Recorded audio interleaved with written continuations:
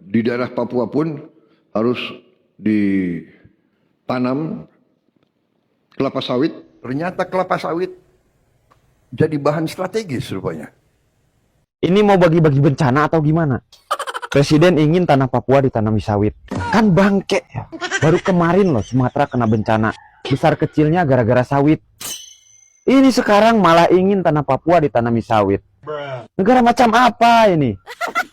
Kenapa ya setiap dia bicara, kiamat berasa semakin dekat.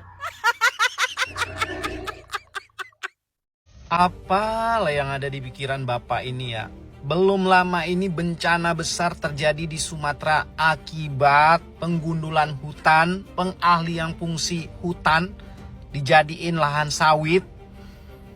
Sekarang Pak Prabowo berpikiran Papua juga mau ditanam sawit katanya supaya orang-orang Papua menikmati minyaknya. Lah sekarang Freeport noh tambang emas puluhan tahun di Papua kagak ada mereka yang menikmatin, yang kaya ya oknum-oknum itu aja, segelintiran orang-orang itu aja. Rakyat dapat apa? Dapat apesnya, dapat tipu-tipunya, dapat bansos-bansos doang. Udah itu sekarang apa? Bencana besar yang terjadi. Ayo Pak, coba dipikir lagi Pak. Bapak kan presiden, kepentingan rakyat banyak yang ditopang.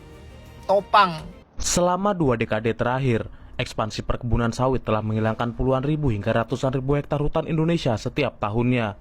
Hari ini, luas perkebunan sawit di Indonesia sudah mencapai setidaknya 16-17 juta hektar. Padahal, menurut hasil penelitian Koalisi Organisasi Masyarakat Sipil pada 2024, batas aman pembukaan lahan sawit di Indonesia adalah 18,15 juta hektar. Artinya, lahan sawit Indonesia sudah mendekati batas aman, bahkan di Sumatera dan Kalimantan sudah melampaui batas tersebut. Meski begitu, Presiden Prabowo justru terus mendorong penanaman sawit sebagai bagian dari ambisi pemerintahannya mencapai swasembada energi tanpa perlu takut terhadap tuduhan kerusakan lingkungan dan isu deforestasi. Lantas, mengapa Prabowo begitu bergairah mendorong perluasan lahan sawit di tengah carut-marutnya tata kelola sawit yang tak berkesudahan?